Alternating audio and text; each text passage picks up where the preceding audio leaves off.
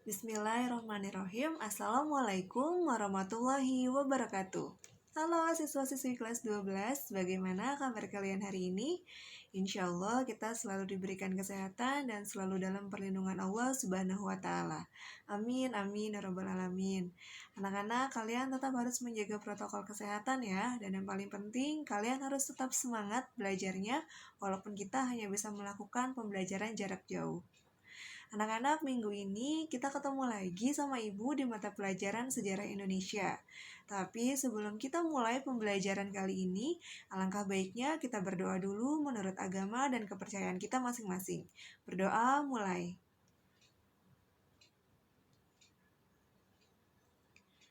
Berdoa selesai. Nah, anak-anak, kalau di pertemuan-pertemuan sebelumnya kita sudah membahas bagaimana pemberontakan-pemberontakan yang terjadi di Indonesia setelah kemerdekaan dan bagaimana perjuangan para pahlawan dalam mempertahankan kemerdekaan Indonesia, maka kali ini kita akan membahas mengenai kehidupan politik dan ekonomi Indonesia pada masa awal kemerdekaan dan masa demokrasi liberal. Kita sudah masuk bab kedua ya. Tapi sebelum Ibu menjelaskan materinya, Ibu akan membacakan dulu tujuan pembelajaran. Setelah mempelajari materi ini, peserta didik diharapkan dapat menganalisis perkembangan kehidupan politik dan ekonomi bangsa Indonesia pada masa awal kemerdekaan sampai masa demokrasi liberal. Kemudian merekonstruksi perkembangan kehidupan politik dan ekonomi bangsa Indonesia pada masa awal kemerdekaan sampai masa demokrasi liberal. Kita masuk ke materinya. Demokrasi adalah suatu sistem pemerintahan dengan rakyat memegang kedaulatan tertinggi. Demokrasi ini ada dua, yaitu demokrasi langsung dan demokrasi perwakilan. Demokrasi ini pertama kali diterapkan di Yunani oleh Polis Athena dengan prinsip trias politika yang terdiri dari eksekutif, legislatif, yudikatif, dan kemudian checks and balance.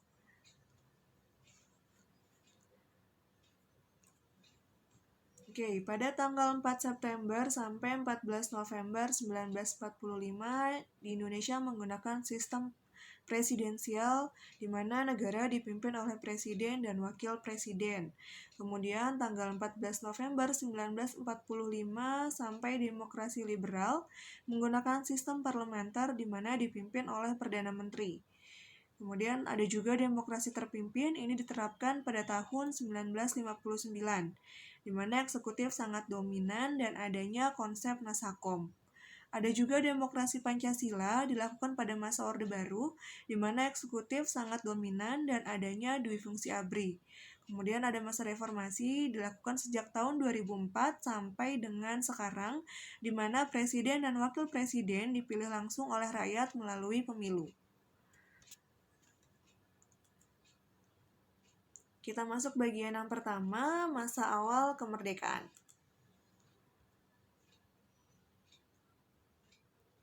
Yang pertama ada kabinet presidensial. Di sini dari tanggal 4 September sampai 14 November 1945. Dipimpin oleh Presiden RI Insinyur Soekarno dan wakilnya Muhammad Hatta. Untuk menghindari absolutisme dikeluarkan beberapa maklumat, diantaranya yang pertama maklumat Wakil Presiden nomor 10 tanggal 16 Oktober 1945 yang isinya KNIP berubah menjadi lembaga legislatif. Kemudian ada maklumat pemerintah 3 November 1945 yang isinya pembentukan partai-partai politik. Kemudian ada juga maklumat pemerintah tanggal 14 November tahun 1945, di mana perubahan sistem pemerintahan presidensial menjadi sistem pemerintahan parlementer.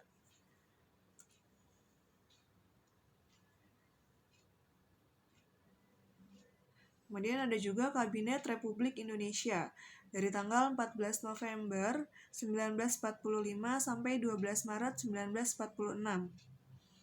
Di sini dipimpin oleh Presiden RI Insinyur Soekarno dan Perdana Menterinya Sultan Syahrir. Kedatangan pasukan marinir Belanda di Pelabuhan Tanjung Priuk pada tanggal 30 Desember 1945. Kemudian memindahkan pusat pemerintahan sementara ke Yogyakarta pada tanggal 4 Januari 1946. Kemudian ada politik perundingan yang dijalankan pemerintah RI tidak mendapat dukungan dari semua golongan. Syahrir menyerahkan mandatnya kembali kepada presiden.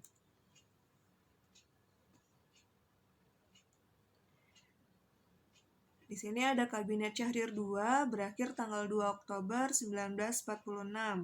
Kemudian ada lagi Kabinet Syahrir III dari tanggal 2 Oktober 1946 sampai 3 Juli 1947. Ada Kabinet Amir Syarifuddin I dari tanggal 3 Juli 11 November, sampai 11 November 1947. Ada juga Kabinet Amir Syarifuddin II demisioner sampai tanggal 29 Januari 1948. Ada Kabinet Hatta I dari tanggal 29 Januari 1948 sampai 4 Agustus 1948. Ada PDRI dipimpin oleh Syafruddin Prawira Negara dari tanggal 19 Desember 1948 sampai 13 Juli 1949. Dan yang terakhir ada Kabinet Hatta II tanggal 4 Agustus sampai 20 Desember 1949. Beberapa peristiwa penting, diantaranya kondisi politik ketika itu masih berada dalam bayang-bayang ancaman perang dan konflik di dalam negeri. Tentara Belanda menguasai Yogyakarta pada tanggal 19 Desember 1948. Para pemimpin pemerintahan ditangkap dan dibentuk Pemerintahan Darurat Republik Indonesia atau PDRI yang berkedudukan di Bukit Tinggi berdasarkan instruksi Presiden kepada Syafruddin Prawira Negara yang dikirim dari Yogyakarta. Kemudian pada tanggal 20 Desember 1949 sampai 21 Januari 1950 dibentuk Kabinet ke-9 yang dipimpin oleh Mr. Susanto Tirtoprodjo. Kabinet ini sering juga disebut sebagai Kabinet Peralihan. Kabinet ini dibentuk dan mulai bekerja ketika Perdana Menteri Muhammad Hatta bersama dengan menteri-menterinya diangkat menjadi Kabinet RIS pada tanggal 20 Desember 1949 sampai 6 September 1950.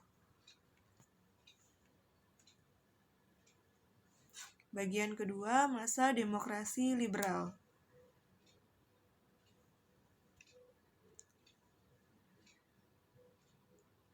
Yang pertama ada Kabinet Nasir dari tanggal 7 September 1950 sampai 21 Maret 1951. Kabinet ini didukung oleh Masyumi dan PSI dan mendudukan Muhammad Nasir sebagai Perdana Menteri. Program kerja dari Kabinet Nasir yang pertama melaksanakan pemilu untuk pemilihan anggota konstituante, menyempurnakan struktur pemerintahan dan kelengkapan negara. Yang ketiga, menstabilkan keamanan negara. Yang keempat, reorganisasi angkatan perang. Dan yang terakhir, menyelesaikan masalah Irian Barat. Kabinet Nasir dianggap gagal karena tidak mampu menghadapi pemberontakan yang dilakukan Kartosuwiryo dan menyelesaikan masalah Irian Barat, serta ketidakpercayaan DPR mengenai pembentukan DPRD yang dinilai terlalu menguntungkan Masyumi. Berikutnya ada Kabinet Sukiman dari tanggal 26 April 1951 sampai 23 Februari 1952. Kabinet Sukiman didukung oleh koalisi Masyumi dan PNI. Program kerja Kabinet Sukiman adalah berusaha meneruskan program kerja dari Kabinet Nasir. Kegagalan Kabinet Sukiman dalam mengatasi gerakan Kartosuwiryo membuat pemerintahannya kehilangan dukungan. Selanjutnya ada Kabinet Wilopo dari tanggal 30 Maret 1952 sampai 3 Juni 1953. Wilopo menjadi Perdana Menteri dengan kembali didukung oleh koalisi PNI dan Masyumi. Program kerja Kabinet Wilopo berusaha meneruskan program kerja Kabinet Sukiman dan melaksanakan politik luar negeri bebas aktif. Kemudian, Kabinet Wilopo dinilai gagal dalam melaksanakan demobilisasi dengan mengurangi jumlah tentara dari 200.000 menjadi 100.000. dan berkembangnya gerakan separatis membuatnya harus menyerahkan kekuasaan. Yang selanjutnya ada Kabinet Ali Sosroamidjojo I dari tanggal 1 Agustus 1953 sampai 24 Juli 1955. Ali menjadi Perdana Menteri atas dukungan penuh PNI, NU, dan partai-partai kecil lainnya. Program kerja Kabinet Ali Sosroamidjojo I adalah 1. Menumpas pemberontakan DITI, 2. Melaksanakan pemilu, 3. Mengembalikan Irian Barat, dan yang terakhir menyelenggarakan KAA. Kegagalan dalam masalah Irian Barat dan mengatasi gerakan-gerakan separatis membuatnya harus meletakkan jabatan sebagai Perdana Menteri. Selanjutnya ada Kabinet Burhanuddin Harahap dari tanggal 24 Agustus 1955 sampai 3 Maret 1956. Kabinet Ali kemudian digantikan oleh Kabinet Burhanuddin Harahap yang didukung oleh koalisi dari Partai Masyumi, PSI, dan Nahdlatul Ulama. Kabinet Burhanuddin berhasil menyelenggarakan pemilu 1955 dengan sukses. Kabinet Burhanuddin tidak dapat bertahan lebih lama setelah NU menarik dukungannya pada Januari 1956.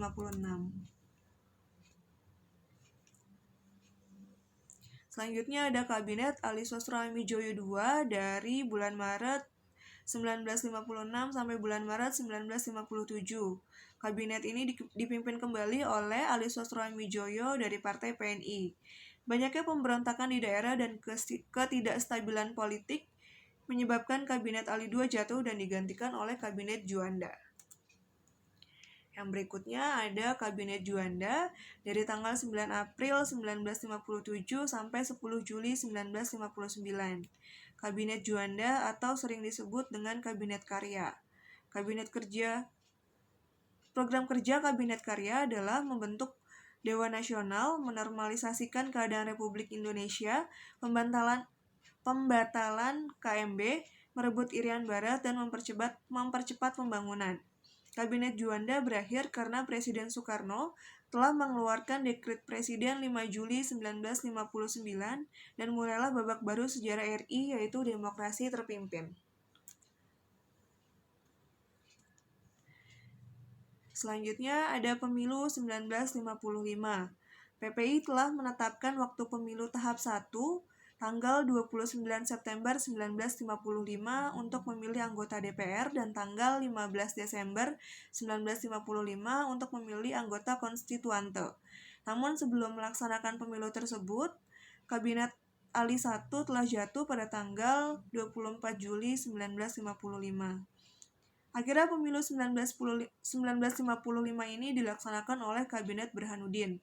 Hasil pemilu 1955 ini menunjukkan kemenangan 4 partai besar, yaitu PNI, PKI, Masyumi, dan NU. Pemilu tahap 2 pada tanggal 15 September 1955 memilih anggota konstituante sebanyak 542 orang. Berdasarkan hasil pemilu tersebut, maka dilaksanakan pelantikan anggota DPR pada tanggal 20 Maret 1956 dan pelantikan anggota konstituante pada tanggal 10 November 1956.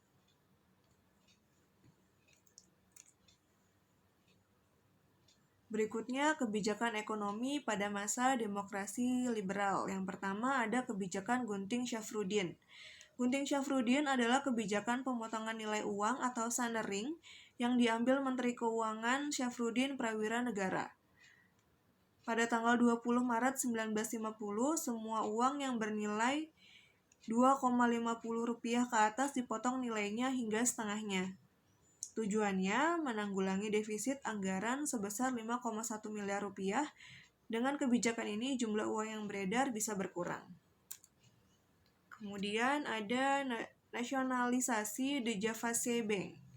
Pada tahun 1951, pemerintah menasionalisasi De Javase Bank menjadi Bank Indonesia. Bank milik Belanda itu dijadikan sepenuhnya bank milik Indonesia untuk menaikkan pendapatan, menurunkan biaya ekspor, dan menghemat secara drastis. Sebab sebelumnya operasional De Javase Bank masih membutuhkan persetujuan dari Belanda. Dengan nasionalisasi bank milik Belanda, pemerintah lebih leluasa dalam menjalankan kebijakan ekonomi dan moneter. Yang berikutnya ada sistem ekonomi gerakan benteng. Gerakan benteng adalah sistem ekonomi yang bertujuan mengubah struktur ekonomi kolonial menjadi struktur ekonomi nasional. Sistem ini dicanangkan oleh Menteri Perdagangan Sumitro Joyo Hadikusumo, ayah dari Prabowo Subianto. Gerakan benteng diwujudkan dengan menumbuhkan pengusaha Indonesia lewat kredit. Sayangnya program ini gagal karena pengusaha tak mampu bersaing. Kegagalan ini justru menambah defisit anggaran dari 1,7 miliar pada tahun 1951 menjadi 3 miliar pada 1952. Berikutnya ada sistem ekonomi Alibaba. Sistem ekonomi Alibaba diprakarsai oleh Menteri Perekonomian Kabinet Ali I, yaitu Iskak Cokro Hadi Suryo. Program ini diberi nama Alibaba karena melibatkan pengusaha pribumi Ali dan pengusaha keturunan Tionghoa Baba. Lewat program ini, pengusaha keturunan Tionghoa diwajibkan melatih tenaga pribumi. Sebagai imbalan, para pengusaha keturunan Tionghoa akan mendapat bantuan kredit dan lisensi dari pemerintah. Sayangnya, program ini tidak berjalan sesuai dengan harapan.